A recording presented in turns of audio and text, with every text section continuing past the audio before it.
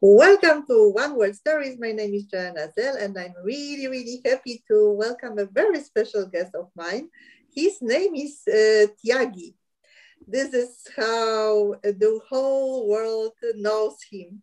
And Thiagi is not only the instructional designer, not only the expert in gamification edutainment, but also a talented storyteller.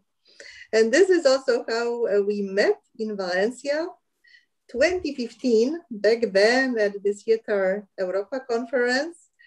And it was a very nice encounter. That is one of my highlights from this time in Valencia back then.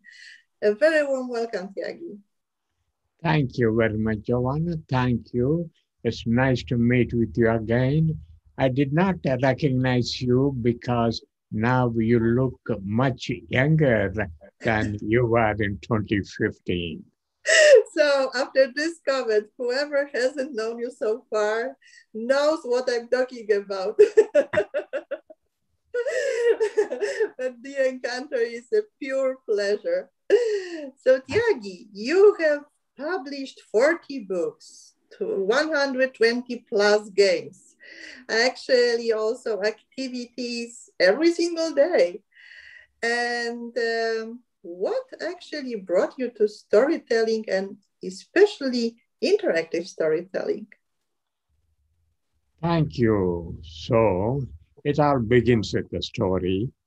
When I was a teenager, I was standing at the street corner listening to a politician making a speech to people who are surrounding him, and he started by telling what his plans are, why he is running for a political office from the local community. And he said the main reason he's doing that is to prevent the Muslims from suppressing and taking over the Hindus. Then he started telling a story of Muslim atrocities, none of which I believed because I lived in a neighborhood which had a lot of Muslims surrounding my house.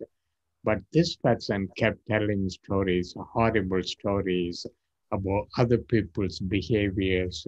And before I realized, some of the listeners were edging away from the meeting. And later on, I found out that many of the audience members went to the nearest Muslim neighborhood and started burning down the houses and attacking the Muslims. Then I realized what a powerful weapon is a story is and how it is frequently abused because the storyteller puts you in a trance state. You have all your skepticism removed. You just listen to the story. And the story is the best way to break through any possible resistance. And that was a dramatic demonstration of how powerful and how stories can be abused. I wanted so much during the speech to stop him and contradict him and tell him what he's saying is wrong. I wanted to talk to other members of the audience, but there was absolutely no chance for interaction. That is the danger of storytelling. The storyteller enraptures you, puts you under his control. That is my first story experience. Then I think about 3 years ago, I had a call from one of my clients who said, "Hey, we are supposed to have a face to face classroom training session next Tuesday. Unfortunately, we are no longer doing any classroom sessions We are doing everything online. So can you do your training online? And I said, sure, no problem. And then I went to one of my colleagues who is an expert in the area of online training. And I asked him, how do I do online training? What is your secret? He said, it's simple. Just tell them stories. They will love stories. You can get away with anything. So I told them a story. I don't remember what subject I was talking about, but I told them the story and they remembered the story. And in the end of the session evaluation form, they had written down a statement saying they enjoyed the story, they learned a lot from the story, and so on. So I kept on telling stories in my online sessions. Actually, the same stories, doesn't matter what content, what topic it was. And my stories always get mentioned in the evaluation form. So I had one of my graduate students who said, I have to do an evaluation project. Do you have anything I can evaluate? I said, hey, I'm doing a series of online sessions. Go talk to them and find out. And he came back a month later and he said, I got good news and I got bad news. I said, give me the good news. He said, everybody loves your sessions. They love your stories. They remember your stories. They tell the stories to all other people. They tell the stories to your family, to their family members, to their colleagues, and so on. I said, that's good. And give me the bad news. He said, everybody loves your stories. Everybody enjoys your training, but they don't remember what the training was all about. They remember the story so much, the point you're trying to get across is lost. I asked them what was the learning point that the stories were supposed to illustrate. They say, we don't know, we forgot, but we like the stories. So the bad news is people remember the stories, but they don't remember anything else. So I said, based on all of these experiences of people being brainwashed, of people not remembering other things, I said, I need to find something else. People don't learn from listening to stories. People get brainwashed by listening to stories.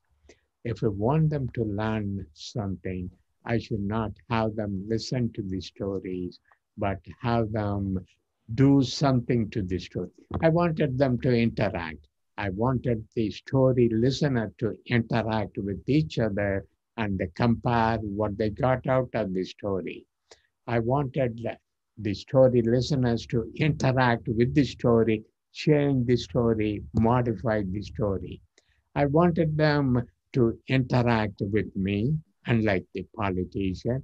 I wanted them to talk back and challenge and listen skeptically. So that is when I said, it's not the story, it is the interaction that surrounds the story, Joanna. Yeah. Yes. This is also, something that immediately comes to my head when I listen to you, that you are very, very much hitting the point that stories have been also misused in many contexts. And of course, right now, we also are witnessing, this emergence of new narratives, contra narratives, also alternative narratives at the bigger scale. And in the learning context, what actually works is that even if people as facilitators, trainers, educators share their own story, they need to be aware of the next step. Yeah. So Yeah. what you have just said, either this interactive aspect or the invitation to work with these stories and to work with own stories so that people feel encouraged and also empowered to share their own stories and to work with them. Yes. Yeah. So, in your storytelling, interactive storytelling book, you have described 30 activities. And one of them is very, very powerful. I have to admit, I've tried it out with students in different contexts and they had lots of laugh.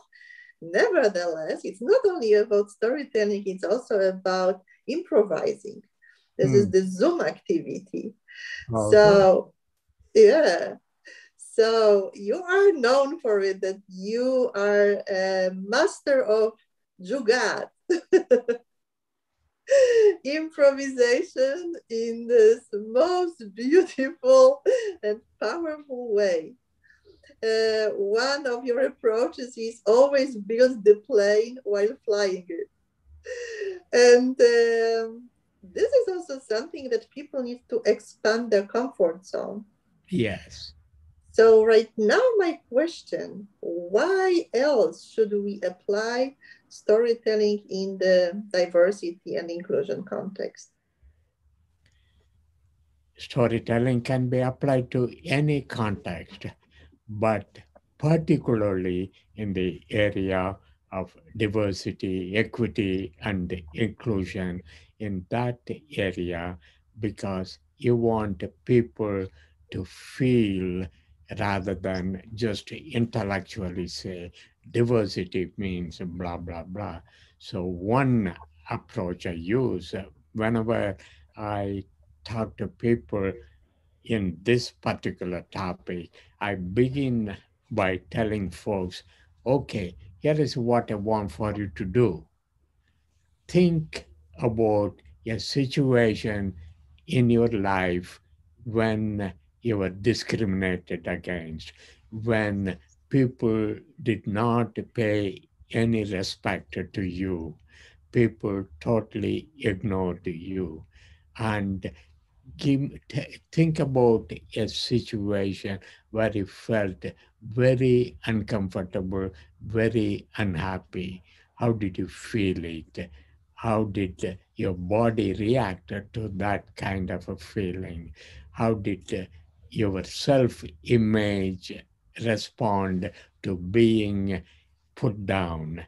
And whenever you felt you being ignored and neglected and exploited, how did it feel?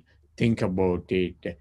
Think about all of the reactions you had. And after they have done it, I say, find a partner, exchange the most unhappy incident in your life when you were treated unfairly, when people treated you without any justification, and exchange the story. After about 5 minutes, I say, let's all stop. How did you feel when you told this story? How did you feel when you heard this story? How did you feel in the story when you were being treated unfairly? Now, imagine that unfair treatment which happened once in your life in a significant way. Just imagine how it would be if you're treated unfairly every day of your life. That is discrimination. That is stereotyping. That's what we are going to be exploring about today. So rather than telling them discrimination means this thing, or exploitation, stereotyping, all of those things, I let them feel it by a story.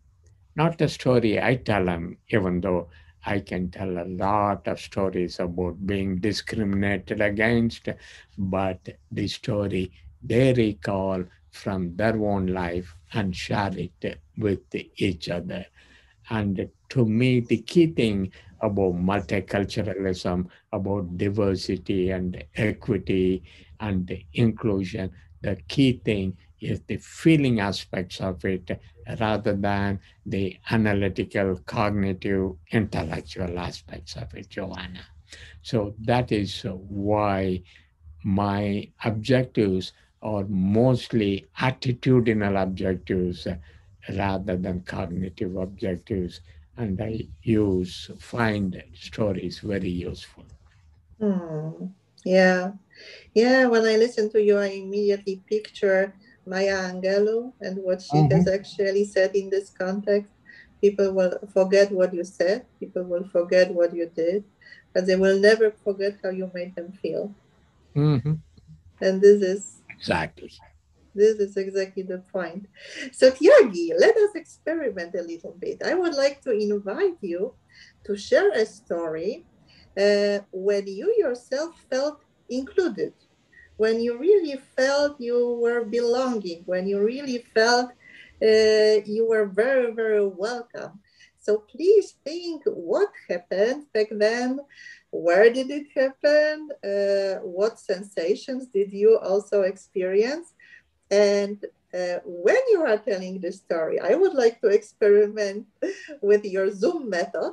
So from time to time, I will ask you to zoom in and to Okay. give more details, or to zoom out and to offer the bird eye perspective. Does Yes. it feel like a plan? Excellent, excellent application, excellent demonstration.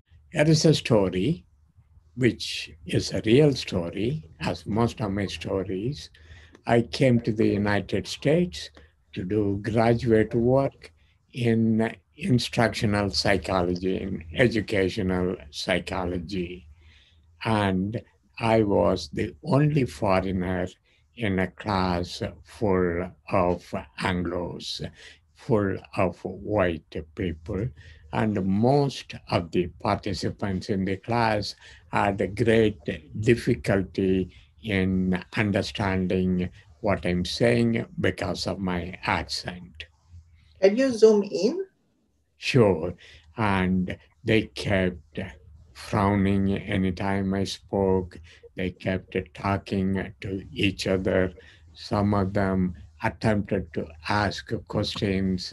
Some of them said, "What did you say?" Some of them took the time to correct what I said, and they explained to me. They started teaching me how to say the word correctly and what my intonation should be. And they kept explaining the four types of errors I make.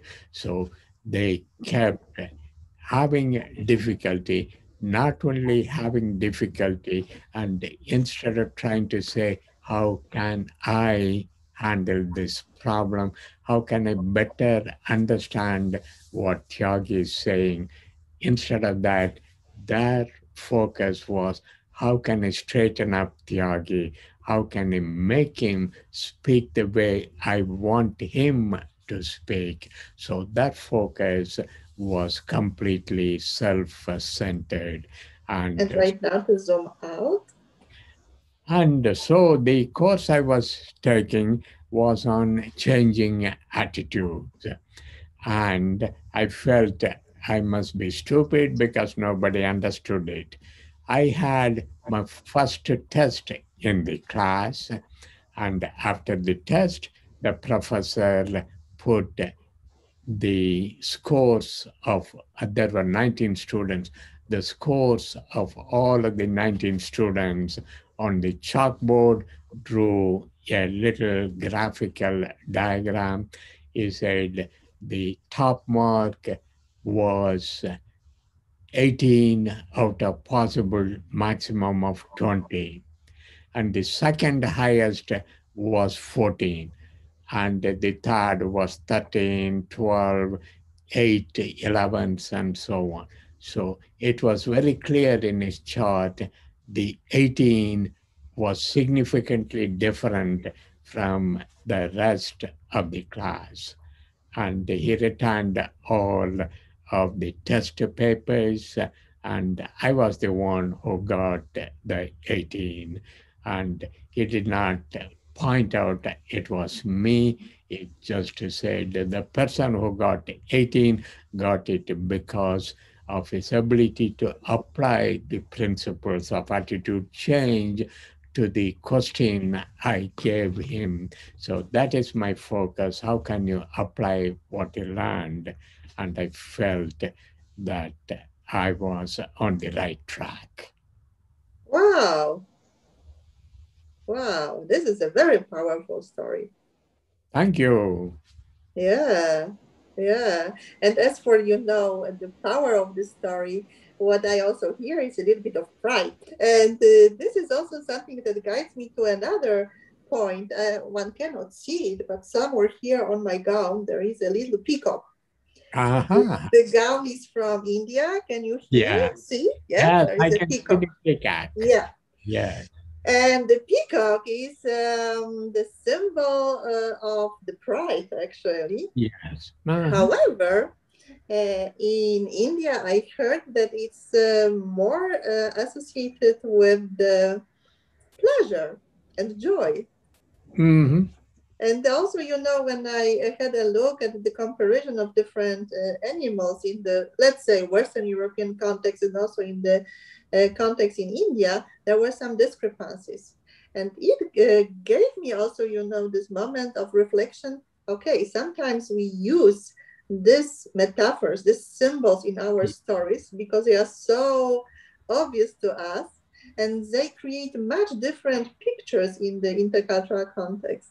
Yes. How can we overcome this challenge with working with stories? Yeah. Uh, we don't try to overcome this challenge. What we do is we tell a story.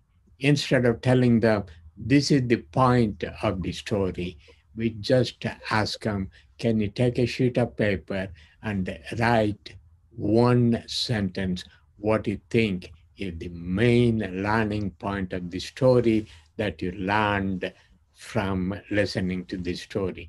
Once you've done it, fold the paper, exchange it with somebody else, keep exchanging it. Now, open your piece of paper, read what it says. Can you guess what will be the most frequently repeated learning point? And somebody says something, you say, how many people have a piece of paper with that learning point written in it? And so we keep going through it and say, what are different learning points? And notice that different people learned different things from the story. I'm a trainer. I'm supposed to have an objective which everybody reaches. But all it did was tell you a story, and you reached your own learning point from the story. Instead of my learning a single learning point, I want all of you to learn half a dozen different learning points because that multiplies your perception, your understanding, things of that nature. Wonderful. Wonderful. So this is also one more very, very powerful application of that the participants exchange about possible interpretations and these interpretations are not given. Mm, Uh, So, you have just said as a trainer, the moment when I joined also your workshop, I saw you wearing different hats, so to say. So, not only the trainer, but also a facilitator. mhm. So, really, someone who is a fantastic observer of the process. And this guides me also to one more question, especially when we work with stories. What are the secrets of great facilitators? So this is also the moment when we whisper because the secrets are not so obvious. Yes, that is the secret. There is no secret. You tell the story because it is obvious you're enjoying it. people listen to the story. The secret is interactivity, Joanna. Stories are meant to be interactive experiences and not passively listening to it. Tell the story, ask the listeners, what did you learn from it? Ask the listeners, how would the story be modified if it happened in Timbuktu instead of Mhm. in uh, Barcelona or in Berlin. So, what is important is how people figure out the context and the cultural values and the cultural norms. These all shape what happens in the story, and what may appear to be a strange, bizarre story may turn out to be the normal behavior in some other culture, in some other country. So, the secret is for you to tell the story.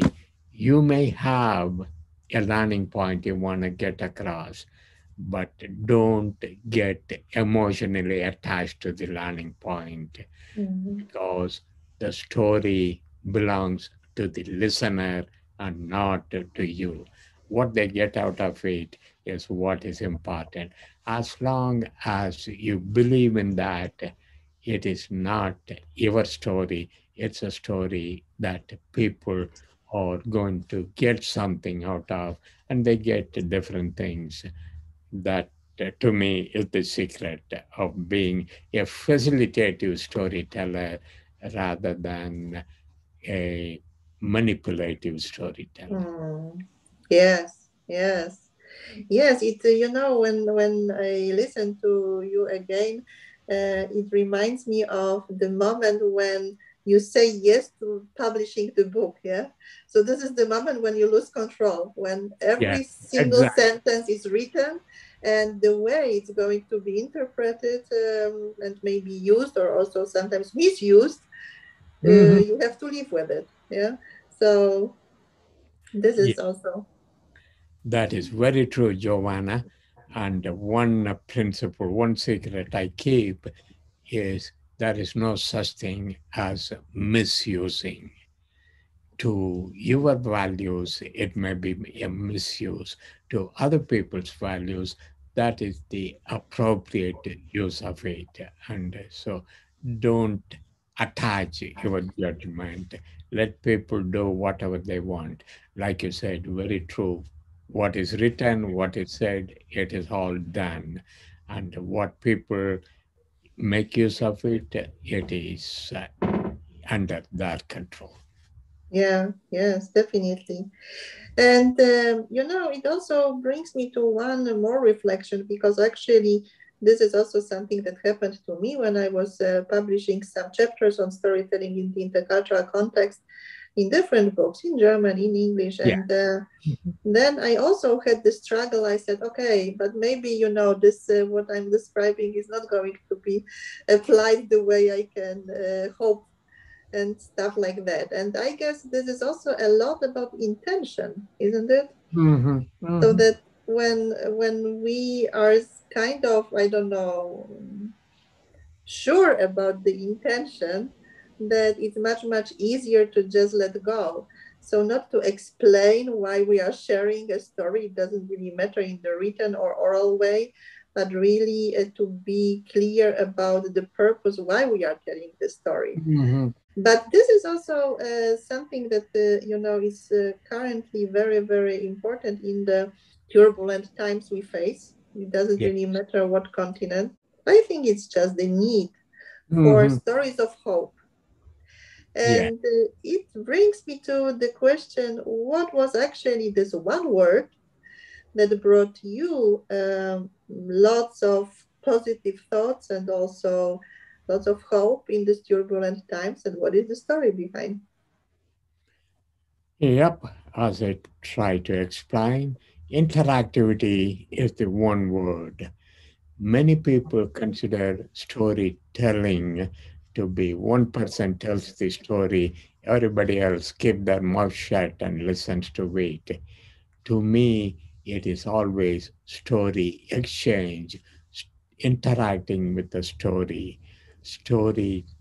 sharing is what I'm thinking about. It is sharing stories rather than telling stories for other people to listen. And that is because I find out that when people interact with each other after they listen to the story, they share what they learned from the story. They share similar experiences from the story. They share why this story does not make any sense from their national, racial, ethnic, cultural point of view, and how they would modify the story if they are telling it to a 7-year old child in their family. So, interacting with the story to me is when people really think about the key aspects of the story. Yeah, yeah, yes. So, what is the favorite interactive storytelling activity you apply yourself? One of my favorite approaches storytelling activity is tell the story from one person's point of view, and then ask the participants write it or retell it from the point of view of some other character in the Mhm, story.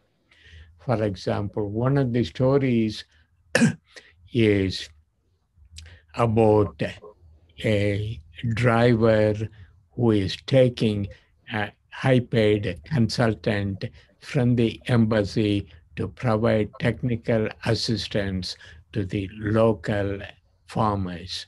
So this person was lived in the country as a US agency embassy employee is driving somebody, and as he was driving in the street, he was stopped by a local policeman. He immediately realized the policeman is trying to get some kind of a bribe, get some money from him. So he took out a 200 rupee bill, the currency note, and gave it to the policeman. The policeman looked at the money and threw it back. And so the person thought, this is inflation. He wants a bigger bribe. So he took double the money and gave it to him. The policeman said something in his language, something in a very loud tone, speaking slowly. So the driver got tired of listening to him, so he just drove around and made a U-turn and fled away. The policeman he saw in his rearview mirror looking at him in great surprise. So that's a story I heard from the embassy person. And I had one of my local friends hunt down the policeman, and I ask him what happened, what is his version. mhm, And this is the story of the policeman. The policeman saw the embassy person driving in the wrong direction in a one way street. So he stopped him and told him that he is driving in the wrong direction. The man gave him some money. He thought maybe he's giving it for the policeman's benefit fund. And he said, I cannot take the money. The police station is on the way back you came from. Can you take it there? And so I gave it back to him. He gave me more money, and I said he does not understand. I explained in greater detail. he turned around and fled away. So he was no longer there. So I tell him the original version of the story, have them come up with what could be the version from the policeman. They come up with different versions, and then I tell them this is what really happened. Here is another version of what happened in the story. And what did we learn from this experience? Has something like that ever happened to you where you have one perception and it is clear the other person has a different perception? Yes, yes, definitely. Definitely. It's not only in the intercultural context, yes, it's something very, very tied to the interpretation we give to facts. Mm, Yeah. Uh, very nice story, very powerful. So I just have to smile because you know of this theme bribes and also, of course, the word again. It has got a little bit different association in different cultural contexts. Yeah, and just like games, just like stories. So you know, when I work with games in the German context, German speaking context, in many cases, I simply say that it's an intercultural tool or in an yes, intercultural method, but not necessarily a game. You know? very good. Yes, exactly, exactly. And very often I tell them a story, but don't call it a story. I call them, I'm going to give you a case study report, and this is what happened. So sometimes it is the language which makes people take it seriously or take it trivially. Yes, definitely, yes. And you know, apropos serious or trivial, I'm sure you also love different games.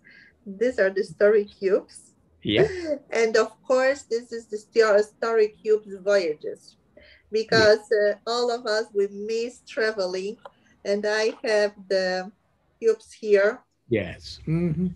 And here I would just choose one because it has got this voyages part. And here we've got, oh, can you see it? Mhm. Here, Yeah, right now. I can see it Yeah, now. a piece of Japan, Hmm. some stones. Huh, tell me more.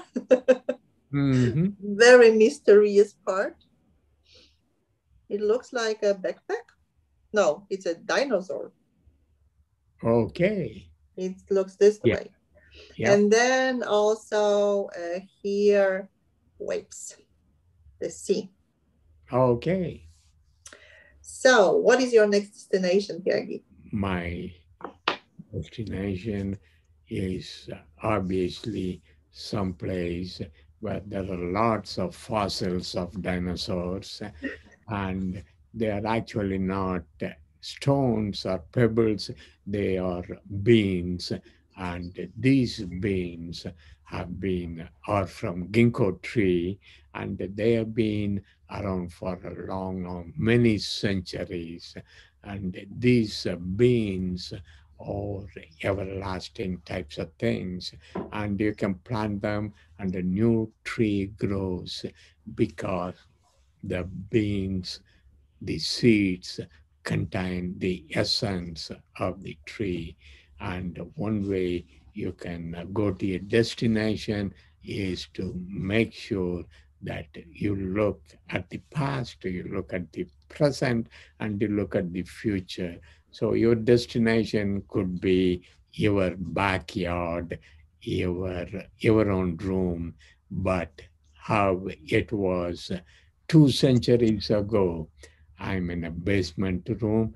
2 centuries ago, this was the middle of a forest. 2 millennia ago, this is where dinosaurs roamed. And a billion years ago, this is where we had a meteor crash through the Earth's atmosphere. What would you suggest to people who would like to work with stories, nevertheless perceive themselves as not really as improvisation Mm. heroes?